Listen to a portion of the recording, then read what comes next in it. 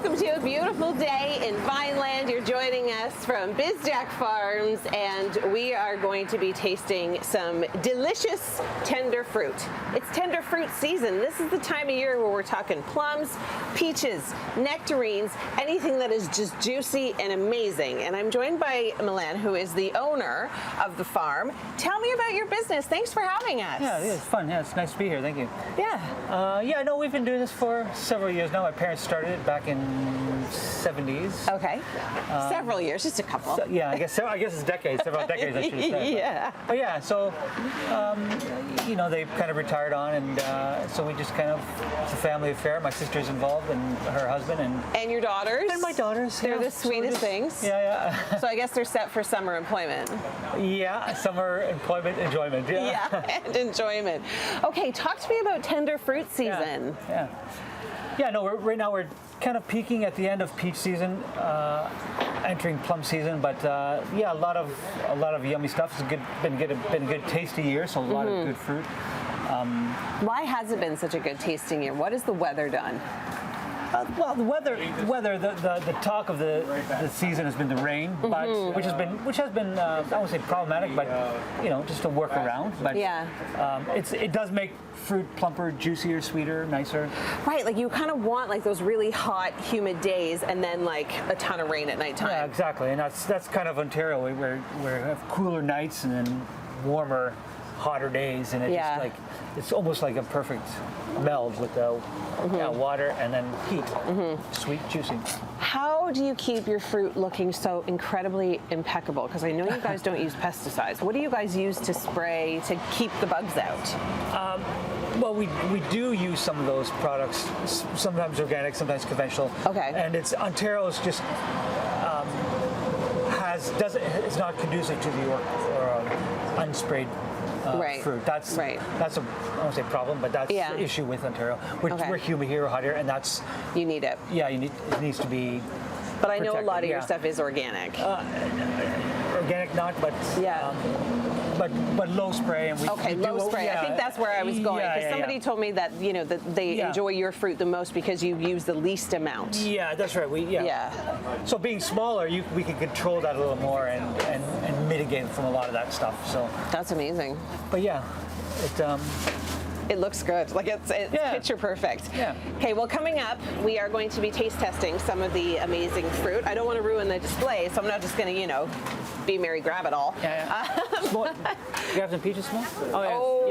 He's got them. She's got them mixed. That's amazing. I'll take it. Thank you so much. Okay, I'm going to try some of these delicious fruits coming up, and then we are going to be checking out the orchard. So there is so much more to come up on Morning Live. Stay with us.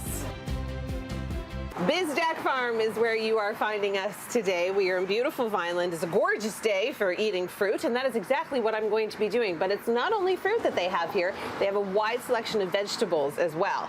Now, I'm about to taste test. What is this that I'm taste testing here? That's donut peach. That's this guy here. Oh my God.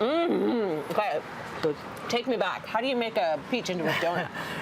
You don't make it. It's a cultivar. It's a variety of peach that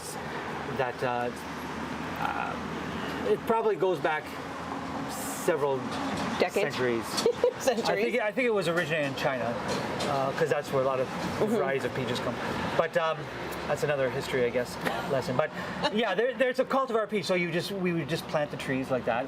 You order specific trees that you like, and then that's what they look like. That's what the donut peaches look like. Now there is different varieties even of these too. So there's different varieties of the donut peaches. Yeah. So there's a green one, there's an orange one, there's a regular looking one, a white one, all that kind of stuff. So, next, this looks like a plum. That one's a plum, yes. What kind? Red plum. That one looks like it's a variety called Burbank. It looks like. It is an old variety as well in Ontario. A lot grown here. Like, is there? I can't really taste a difference in between like a red plum or this plum, or what's the? Sometimes there is a like the yellow golden plum, which is an earlier plum. That tends to be a little more juicier, but then have tartness to it. Whereas that one is a little more. Meaty. It's not that tart, really. Like, it's very sweet. Yeah, it probably have more sweeter. That was a good plum. Oh my God. Yeah. I don't think I've eaten a plum yet this year. My very first plum. Yeah. Okay, so I've got plums. Oh, so I met a lady in your parking lot. Oh yeah. She was raving about these grapes. Yeah. Why are they so good? Well, that's one of a popular one in Ontario. That's the seedless coronation grape, sovereign coronation. Oh my gosh. Yeah, that's a delicious variety.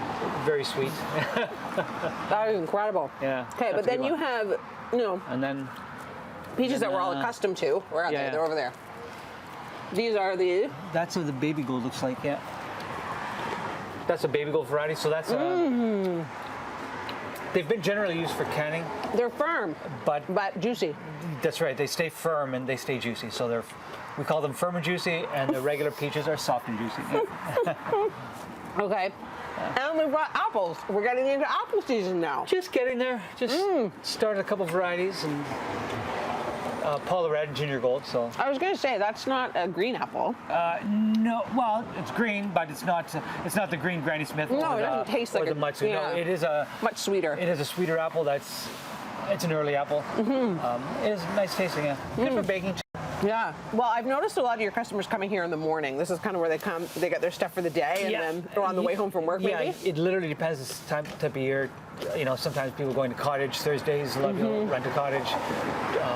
In the beginning of the week, it's a lot of locals and Okay. yeah. So it's just steady throughout the whole day. No, That's amazing. yeah, weekends, tourists. Yeah. They love it. I love it. Yeah. I'm just going to finish my snack here, and then we're going to head out into the orchard. But for now, I'm going to send things back inside the studio. These plums are so good.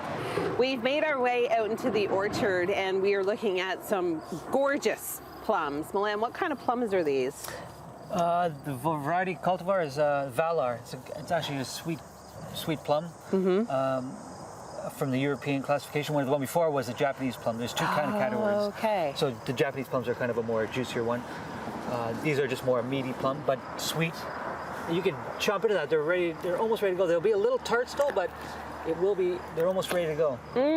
It's a good plum. How do you decide what to plant? That's a good question. Loaded question.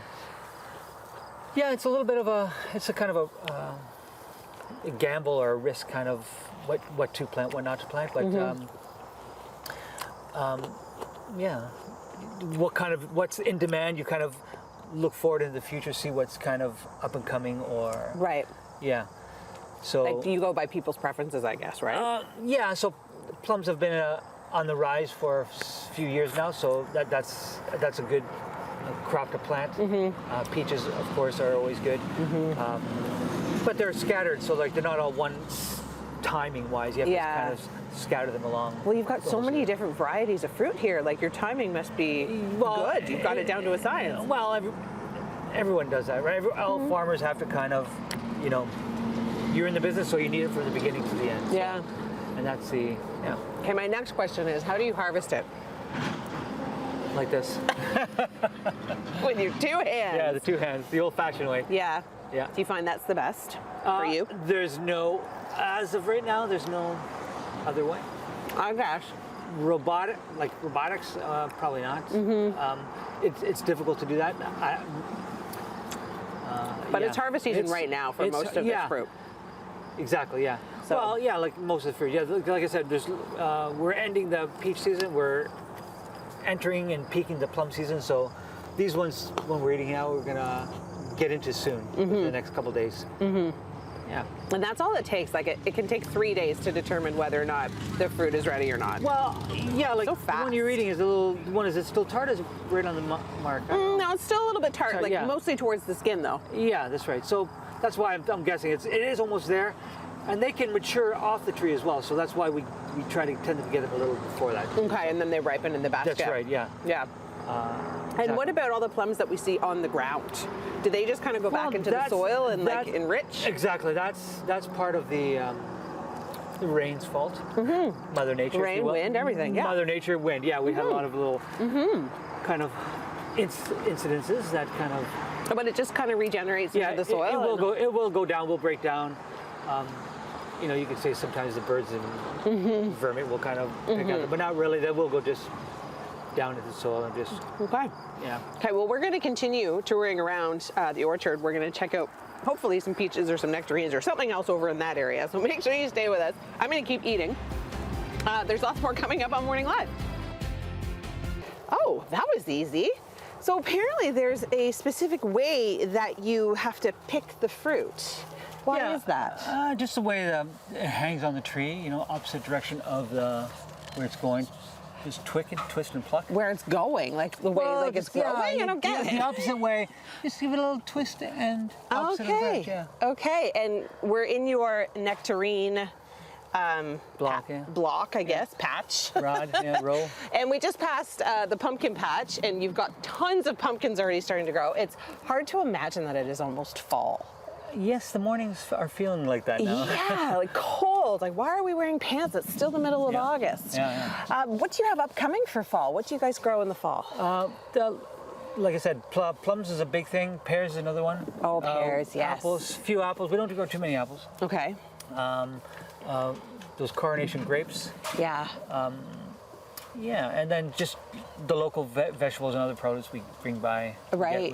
And that's so great. I love how like it's like a community. Yeah, you know, it's hard to do everything. It's good to be diverse, but it's hard to be too diverse. You know what I mean? Well, yeah. It's not like you can have everything under the sun. So it's nice that you guys can all kind of share your produce. Exactly. Yeah. And you do a lot of vegetables. Yeah, we from local growers around here. Yes, from suppliers. Exactly. And you sell them at your fruit stand. Exactly. Yeah. That's amazing. Yeah. Okay, I'm gonna try this. Oh my gosh. Okay, so nectarines and peaches, they're so similar yet they're so different. Exactly. Yeah. What's the deal with that? Well, besides the fuzz. Yeah. These may be a little more tart. They're a little more, not really. But not really in a bad way, obviously. They're just... Yeah. They're so juicy. Yeah. I'm getting nectarine all over myself, but that's okay. Okay, so if people want to come and get your fruit, what's the best way for them to reach you, find you? The fruit stand 7 days. Okay. Vineland. Or we do markets in Toronto as well. Witchwood Barns, Brickworks. Okay, so you send your fruit off. Yeah. Not just here. And it's me or my brother-in-law who usually go there. So. Okay. Yeah, like I said, I work with my sister and brother-in-law, and who she couldn't make it right now. So. You were hoping to have her on camera, weren't you? I was hoping that she does Pass this. the microphone off. No, you've done a great job. It's been awesome being here. You've got beautiful farm. You've got beautiful fruit. Yeah. Beautiful kids. I mean, we've had a great time. Thank you so much for having us. Yeah, I appreciate that. Yeah. There's a lot more coming up. I'm going to chew with my mouthful and talk with my mouthful. Sorry, I know people don't like it, but I can't help it. It's so good. There's so much more coming up on Morning Live, so don't go anywhere.